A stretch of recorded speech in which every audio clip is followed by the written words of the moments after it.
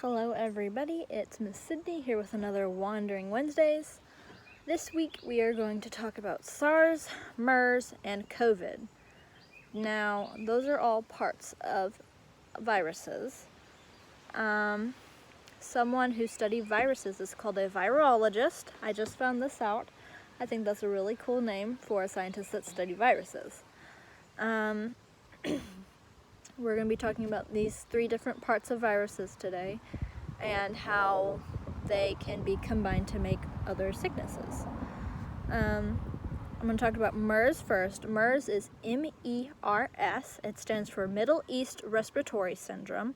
It is called the Middle East Respiratory Syndrome because it was first reported in Saudi Arabia in 2012.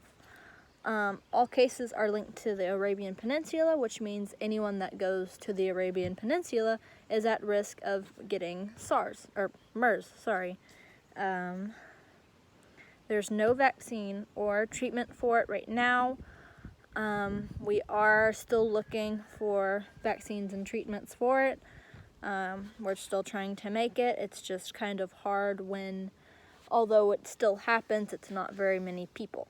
Most people don't go to the Arabian Peninsula anymore. Next is SARS, which is SARS. It stands for Severe Acute Respiratory Syndrome. This one might sound familiar because some people call coronavirus SARS-CoV-2. SARS is part of the coronavirus. Now, SARS was first reported in Asia in 2003. It spread around the world very quickly before being contained, and there have been no known cases since 2004. There aren't any vaccines or treatments for this one either. It's hard to make a vaccine and treatment for something that got contained and now is not around other than being part of something. It's hard to make vaccines for something that is not a whole in itself. It is a half or a quarter or just part of something.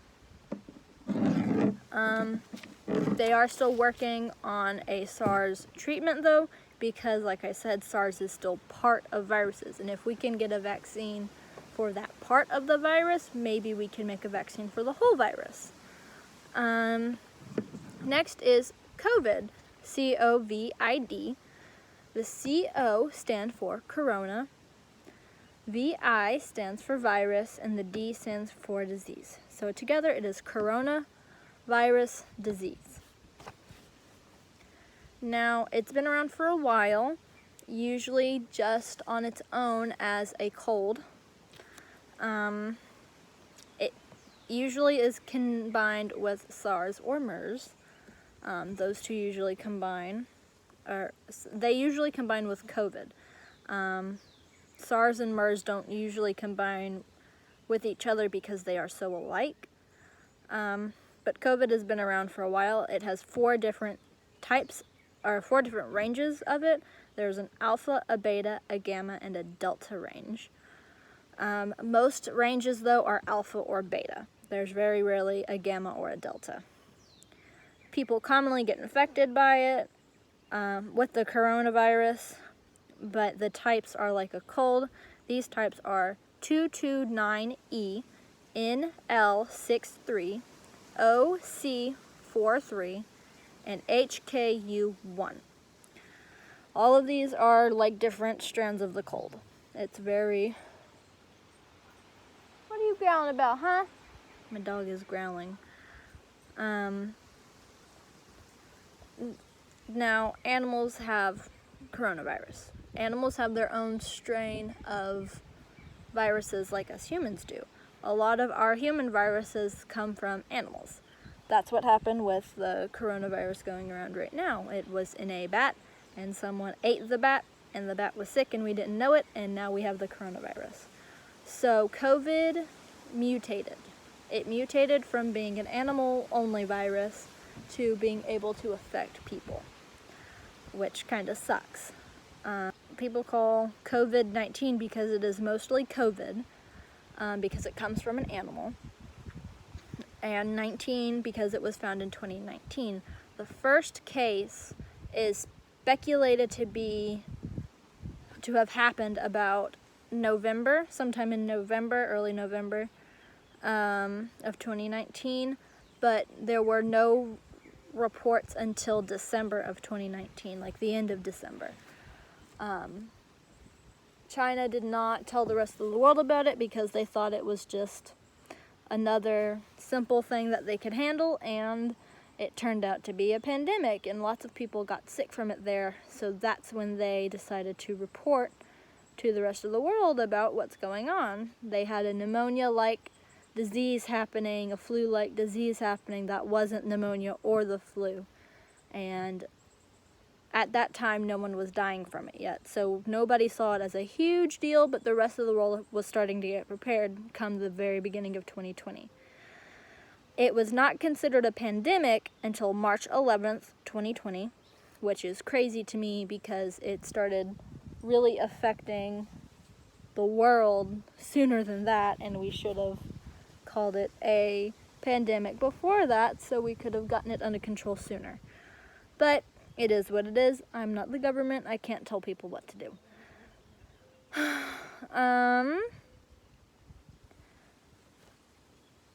Let's see. There is no vaccine or treatment right now other than respiratory machines, if it is that bad.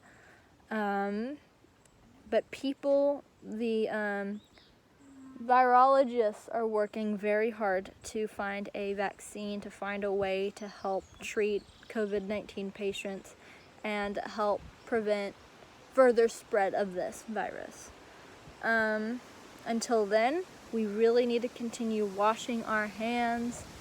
Oh, this wind is so loud. We really need to continue washing our hands. We need to continue, wash your hands before every meal, before, or after you go to the bathroom, before you go see your grandma, before you, or after you get back from the store even. If you go to the store with your parents, or some of you might, well, no, none of y'all are old enough to go to the store alone. What am I thinking?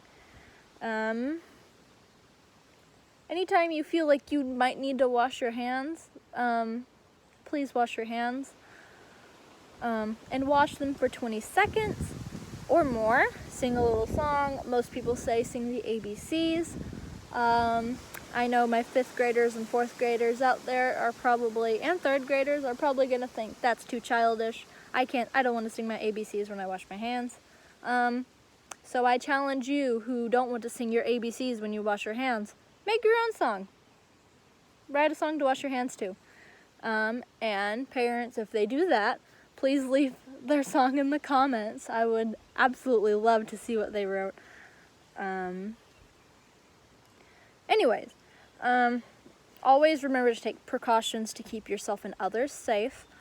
I like to wear a mask when I go places. Some people don't because they don't think it helps. That's their opinion. I'm going to let that be their opinion.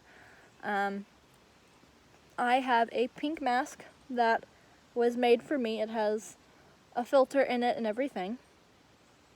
But I wear it to protect others around me.